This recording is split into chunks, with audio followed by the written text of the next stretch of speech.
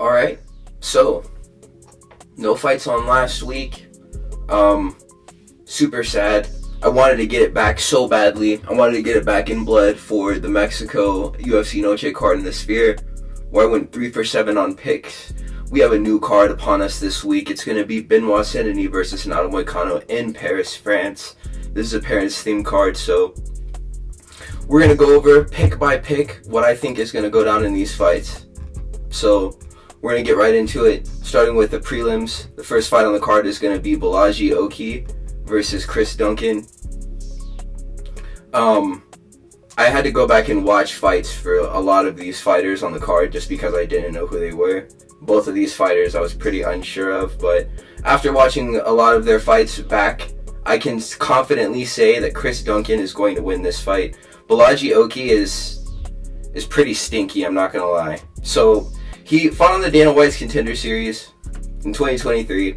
He knocked out Dylan Salvador. I'm not even sure what that guy is doing right now. He might be working the kitchen at like Jersey Mike's or Subway or something. But gets knocked out by Oki. And then he goes and he fights and makes his debut in the UFC against Timmy Kwamba. And this is why you have to watch fights. Because if you just look at the fights on paper, you would see that Oki beat Timmy Kwamba. And you would be like, okay, well, he might have a good chance as anybody going into this fight. Granted, he also is a favorite on the UFC website too. But Timmy Kwamba is a featherweight. And he had fought 6 days prior to challenging Oki. Because he had won at that weight class, so he wasn't in featherweight condition, so he fought Oki at lightweight. And the craziest part about it is that Oki literally won this fight, but he looked really bad against a featherweight at lightweight. And Oki is a lightweight. So what I noticed in this fight was Oki likes to stand in boxing range at the pocket, like at boxing range in the pocket with his opponent with his chin straight up in the air, and he doesn't throw his right hand or any big shots. He just jabs at boxing range. I mean, which is like, okay, it's alright, because like a lot of people like to feint at the same range that he does at the same volume, but he'll just pump that jab out, which I mean might win him this fight. But one thing that I noticed is that featherweight was able to grapple him, which is not a good look for him. Chris Duncan in this fight, I think we'll be able to exploit Oki's poor grappling, because Chris Duncan is a Manuel Torres victim, but he beat Yanal Ashmus, who has just fought on the card before the last one, I believe it was. I can't even remember who headlined it, honestly. I think it was, nah, I'm not even gonna try. Anyways, I'm not sure, honestly. I'm not sure when he fought. Anyways, Yanal Ashmus lost to Chris Duncan.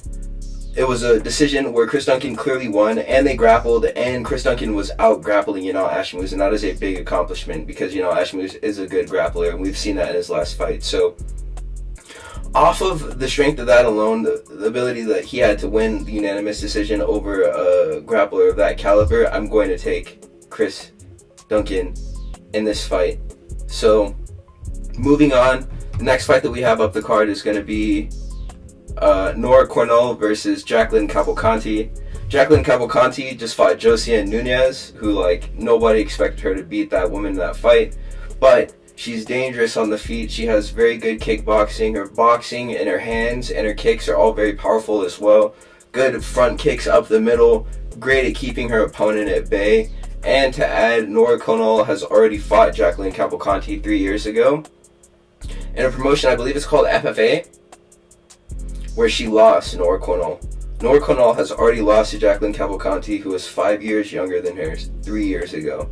So I think that means that not only will Jacqueline Cavalcanti be a lot better from the time that she had fought Nora Cornell 3 years ago, granted she had all that time to train and improve, she's going to look better than she did in her last fight, because she's only 27 years old. So Jacqueline Cavalcanti, I believe, is going to soundly win this rematch. But, I mean, let's flip the coin. We have it right here anyways. Let's see. Heads for Jacqueline Cavalcanti. That's tails. So, I mean, the coin has spoken. I'm still going to stand on what I think. Jacqueline Cavalcanti will win this fight. But who knows with WMMA, man. I'm so over it. Anyways, moving on to the next fight, we have Daniel Perez, the Spaniard, versus Victor Altamirano, the Mexican. So this is going to be an interesting fight. I like flyweight. I'm on record in saying this a bunch of times. I think that Daniel Perez is really heavy-handed, but this is going to be his downfall in this fight. Daniel Perez stands in the pocket, and instead of just pumping jabs at range, he's winging these huge shots, big hooks, massive uppercuts, overhands. That's his game. Standing in the pocket, throwing those big punches, but he's a stationary target whenever he throws because he's not mobile. He plants and he sits down on these shots.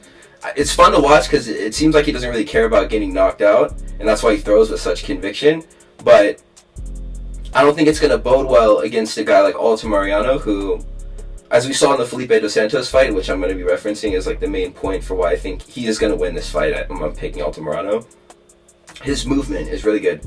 He is always circling, and whenever his opponent is stationary, he likes to throw this side kick, and he likes to throw spinning back kicks as well as stationary opponents. So I think those will be there for him to land all night in this fight against Daniel Perez. I think that the grappling as well is going to be a huge story that's going to be told in this fight. Daniel Perez fought Jafel Filho, and he was dropping him all over the place. Daniel Perez was sitting down his shots, throwing all that he could into these power punches, these bomb hooks, and they were dropping Jafel Filho, and he was pulling guard and stuff.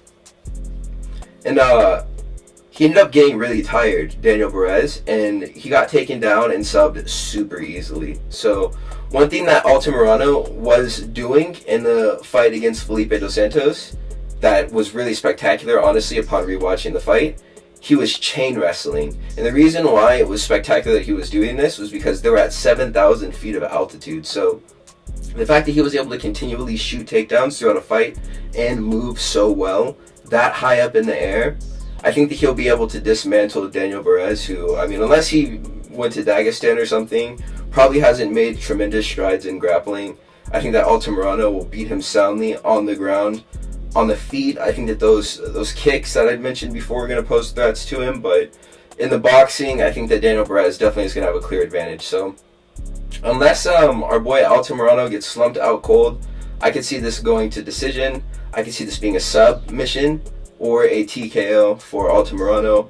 Something having to do with the fight ending on the ground, I think, is going to be a safe assumption here, or a decision. So moving on, the next fight is going to be Daria Zelezniakova versus Eileen Perez. So I made a tremendous mistake last week. I had mentioned in my analysis of the fight with Norma Dumont and Irene Aldana, I was like, Norma Dumont has a really big butt, but I'm not going to pick her for that reason alone. I don't give a fuck now, okay? Fuck analysis. Fuck the coin, okay? Eileen Perez has a donkey booty, and she's going to win this fight. However the fuck she's going to win it, she's going to win it, and then she's going to shake that shit, okay? And that's what's going to happen. So that's it. You want some analysis? Go fucking somewhere else, alright? I'm not your daddy, okay? That's it. We're moving on. The next fight of the card is going to be Taylor Lapilus versus Vince Morales. Okay, so here's the deal. Taylor Lapilus is kind of stinky. He sucks a little bit. He kind of sucks. But I think that the reason why he's bad is because he fades later on into a fight. He starts pretty good in round 1. Decent in round 2. Round 3 is like, oh my dear God. And the thing that makes me a little bit nervous in this fight against Vince Morales is if you look at his record and his fights recently, Vince Morales has been dragging his fights on into like the late second and like beginning of the third round, and then he'll get his finish. It'll be either a TKO or sub most of the time. So that's the risk that's being ran here. But I want to take Taylor Lapilus just because of the fact that even though Vince Morales does have the strength of resume on his side, and the fact that he has fought veterans like Chris Gutierrez, he's fought Song Yadong, he's fought, Jonathan Martinez and Miles Johns. Even though he's lost to all 4 of these fighters, he's fought them. But the thing that makes me want to pick Taylor Lapilus over Vince Morales is the fact that in the fight against Chris Gutierrez, he got leg kick TKO'd. My brother, you cannot be getting leg kick TKO'd and expecting bettors to put like bread on you, dude, or me to pick you in my fight analysis, bro. So Even though Taylor Lapillus' highest profile win is Cody Stamen, which is like a joke. He hasn't been exposed in the same way that Vince Morales has. I think that Vince Morales has even been cut from the UFC and is fighting back, and this is like maybe his first fight coming back to the organization. He might have gotten cut in 2022, I think it was. But I'm going to take Taylor Lapillus here. I'm going out on a limb. I think he's probably going to slip on a banana peel now that I've just taken him, but that's who I'm going to go with here for this pick here. And we're going to move on. So the next fight is going to be... Alright, so this is kind of funny. I'm going to go on a personal anecdote here. I lift at a gym that's close to my house. I live in Southern California. There's a lot of fighters here. A lot of UFC fighters. There's a big hub for like MMA where I live. I'm very grateful too because I get to interact with these guys. At my gym, the cousin or brother, I forget what it was. This was years ago too, like maybe like before 2020 or during that year. I met Roosevelt Roberts' cousin or brother, and he told me that that's who he was related to. And this was before the Ignacio Bahamundes fiasco. So I'm like, okay, I know Roosevelt Roberts' brother or cousin. I'm going to root for Roosevelt Roberts now. We talked to... This guy was super cool, dude. He just spot me on the bench and stuff.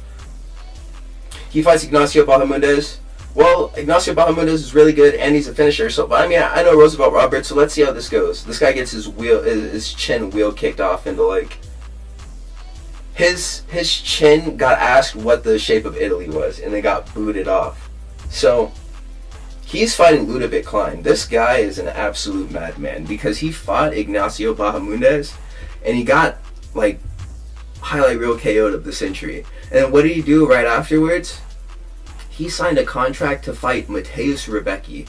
Why would you do that, my brother? And then he got wrestled and then dominated in that fight. Which, I mean, okay. And then now he's fighting Ludovic Klein. Ludovic Klein is fighting Roosevelt Roberts.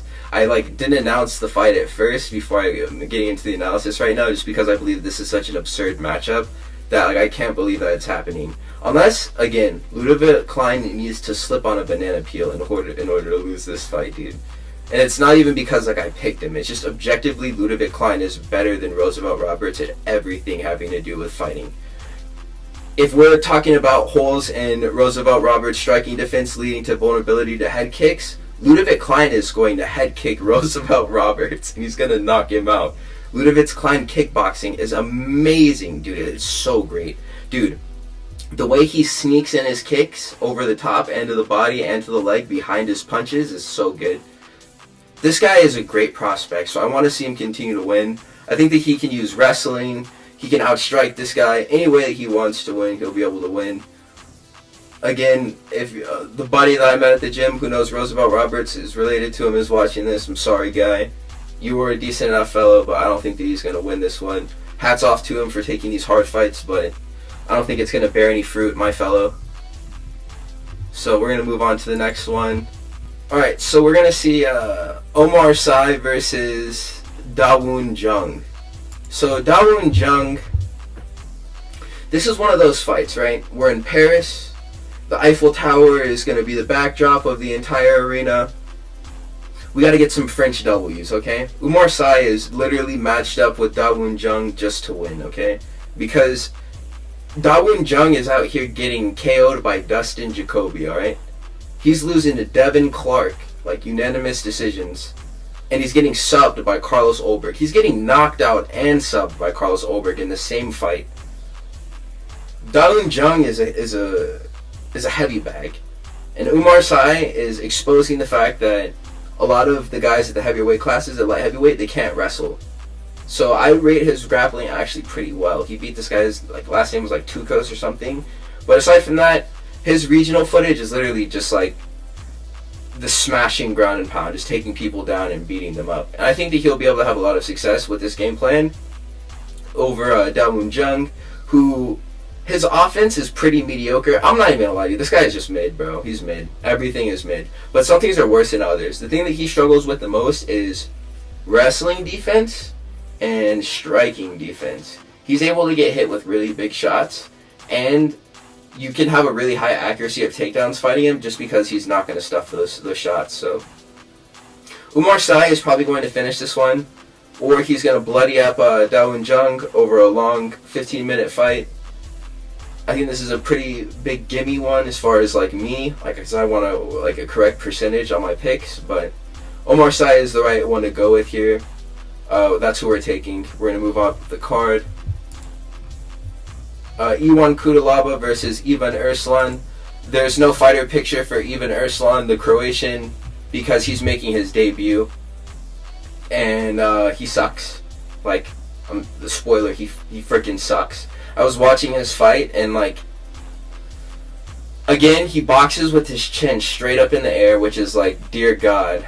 And he got knocked out literally just boxing with his chin straight up in the air, throwing rights, like, and he got his, this guy just hit it like a slip hook on the outside and caught him with it. This fat Polish guy, he got beaten by, he got knocked out on the regional scene before he made it to the UFC. And I don't like that for him. And whenever he throws punches, he like reaches in his pocket and throws them. His chin is straight up in the air. So, dude, UFC caliber fighters are probably going to knock this guy out. I don't think it's going to be a very long run for him in the UFC. So, as for him, I don't like the fact that he fights the way that he does. But this is a very winnable fight because he's fighting Iwan Kudalaba, who just demonstrates very low fight IQ on a very recurring basis. But it just depends on which Iwan Kudalaba shows up. Iwan, he got knocked out and subbed by Johnny Walker, I think, got him. I think that freaking Ryan Spann got him, which is not good. Magomed, of course, got him. Iwan, if he can use good striking defense and he can block or parry those big winging shots and counter with slips like that one guy did, he can win. And he can knock him out on the feet. Otherwise, if he wanted to go a different route, like the one that he did against Khalil Roundtree, where he just ragdolled him, he could probably do that. Because another one of Erslan's losses in the organization that he was fighting in before he's making his debut in the UFC was against like this Russian guy who just grappled him for 5 rounds. So that's an option that's open to Iwan Kudalaba. But will he be stupid? The question to that is maybe. Or the answer to that question is maybe. So, well, I'm going to still pick him anyways. I'm going to go on a limb and say that my boy the Hulk gets this one done. That's going to be the featured fight of the prelims. Moving on to the main card. Oh boy. We have Matt Frevola versus Firas Ziem. My bad. I had an aneurysm trying to get that one out. But we made it. Anyways, I would like to say that Ziem beat Claudio Puelles, Jai Herbert, and subbed. I think he might have gotten subbed by Terrence McKinney. Yeah, he did. Claudio Puelles, that was a good rated win for Dan Hooker whenever he got it, but I mean, nobody wants to mention it now, I guess. Jai Herbert, that's a solid win as well. The fact that he lost to Terrence McKinney at the very beginning of Terrence McKinney's like superstar run is not a horrible thing either. What initiated the submission victory, though, I rewatched this fight because it's not very long. Terrence McKinney is very good at scrambling. His grappling is very high tier, I'd say. And he ended up taking the back and choking him without even doing like pretty much any damage on the feet to Firas. He just caught him on the ground. So I would say that Matt Frevola's grappling isn't on that same level, even though he has gotten a sub on the Contender Series. He'll probably try his hand on the striking first. I think that he may be able to rely on the grappling more as he's opening up Firas with his hands and like his kicks and stuff. I'm going to pick Matt Frevola just because I'm a Matt Frevola fanboy, but Firas might have the crowd behind him this time, and that may make a difference for him and his ability to win this fight. Again, Frevola's grappling is not on the same level of Terrence McKinney, but I think that he is good favorite to pick for a KO over Firas in this fight. So we're going to move on to the next one. We have Morgan Charrier versus Gabriel Morenda. I want to sing a Juice WRLD song so bad right now, but I don't want to get copywritten. Morgan Charrier kind of looks like Juice WRLD. Rest in peace. Okay, so people want to say that, like... So here's the deal. In this fight, it's interesting. Both of these guys have fought dudes who are very violent. Like, very violent fighters. Morgan Charrier fought Chepe Mariscal. very violent fighter. Gabriel Miranda fought Benoit Saint-Denis, who's also a very violent fighter. Miranda has good grappling. He used it to choke out Shane Young, that one guy who was always doing like the haka and stuff from City Kickboxing, in one round. He fought Benoit Saint-Denis, and the power behind the aggression of Benoit Saint-Denis was too much for Gabriel Miranda, and he broke. Chepe Marascal doesn't have the same power as Benoit Saint-Denis, but he has probably equal aggression, I'd say. And so he relentlessly pursued Morgan Charrier in that fight. Morgan Charrier has good body work, so that's something that we're going to have to look out for in this fight against Gabriel Miranda here. His body shots, his kicks, and his punches to the body are very effective, and he uses them well and is very educated in when he uses them. So I think that I'm going to pick him to win this fight, but it's a difficult one, honestly. I think that it's gonna be a power disparity for sure for Charrier, and I think that he's gonna enjoy victory because of the fact that he's gonna be hitting Gabriel Miranda harder than he is getting hit. So look out for those kicks, man, to the body. Those hooks to the body are gonna be there. They're gonna make a difference in this fight, I feel like. So this is gonna be his first emphatic win of the UFC. There's not going to be any complaints about maybe a robbery. I think this guy's going to win decisively. So that's what I'm going with. Morgan Charrier here. Moving up the card, we're going to see Kevin Gisette versus Brian Battle. So Brian Battle, I know that he wants it back in blood after he just not lost. It was a no contest fight against Angelusa. Angelusa got either eye poked or like nut shotted or something.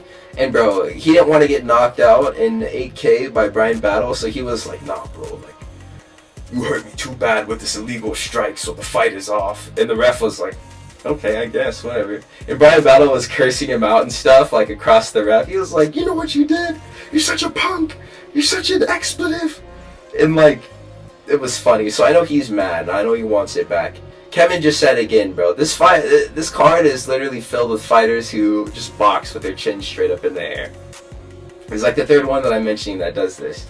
Kevin just said beat up Kiefer Crosby and Song Kenan. In the Song Kenan fight, he looked pretty good.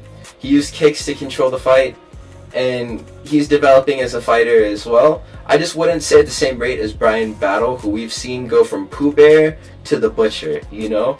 Like what I'm saying, like he's pretty freaking cold. So one thing that I will say is that a similar striker as far as like defense goes is Gabe Green, who fought Brian Battle and just stood in the pocket with his chin like this and threw hooks. And he got knocked out by Brian Battle. I don't think that it's going to be as easy for Brian Battle to secure a knockout over Kevin Gisette in that same way, because Kevin Gisette's going to keep the fight more at range, but Brian Battle shouldn't have a hard time entering, I don't think, with his like blitzes and entries.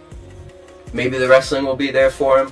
I don't know. I think that chin is very touchable though, because Kevin Gisette doesn't like to hide it at all. So that's what I'm going with. Brian Battle is going to win this fight. So moving up the card, man, we have such cool fights on. I can't wait to watch these. William Gomez versus Joe Anderson Brito. So one thing that I will mention is that Gomez is a guy who struggles against grapplers. He's lost to Morgan Charrier, who's also on the other part of the card. They fought a regional circuit, a regional professional circuit that isn't the UFC, some other promotion. And bro, it's funny because William Gomez literally got heel hooked in this fight. A sub that doesn't even work in MMA. He got like submitted by it. So I feel like this is kind of a no-brainer here. Joe Anderson Brito is gonna win this fight. This guy literally has wins over, let's see, he knocked out Andre Fili, Weston Wilson, which, I mean, Weston Wilson is a good fighter, but he just got beat up by Joe Anderson Brito, so I'm going to mention it because it was funny. Do you remember Jonathan Pierce, the guy who looks like TJ Dillashaw and Khabib? TJ Nurmagomedov got finished, I believe, by Joe Anderson Brito, and he knocked out Jack Shore most recently. This guy literally has a technical decision win over Diego Lopez on the Contender Series, but it's like a little bit shrouded in like, because there was eye pokes in the fight that had a major effect on the outcome of it. Anyways, it's still a clean, like not a clean win, but it's still a win.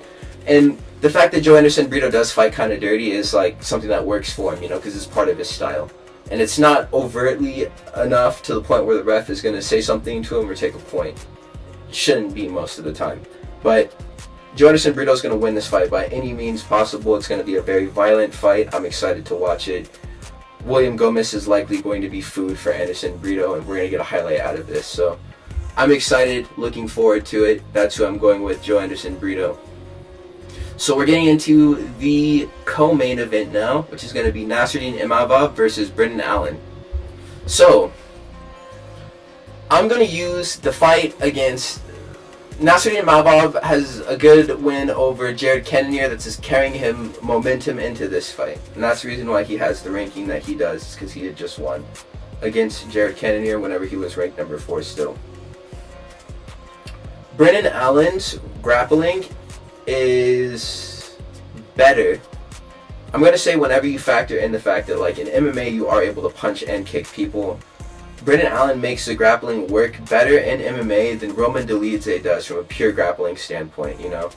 Because Roman Dolidze is more of a pure grappler than an MMA grappler, is what I'll say. And he was able to have success against Nasruddin Imavov and was controlling a lot of the fight in the clinch and on the ground. So one thing that I'm not sure if Nasruddin Imavov is ready for is the weird controlled brawling of... Brendan Allen has one of these weird scamming styles where it's like he could look like he's losing the whole fight, but then you look at like the numbers and stuff and the judges have scored it for him and he wins like a split decision. So I think it's probably going to be something like this. But I think that he's a more dominant grappler than Roman Dolidze, who was able to control Nasruddin Imavov against the cage and again on the ground. So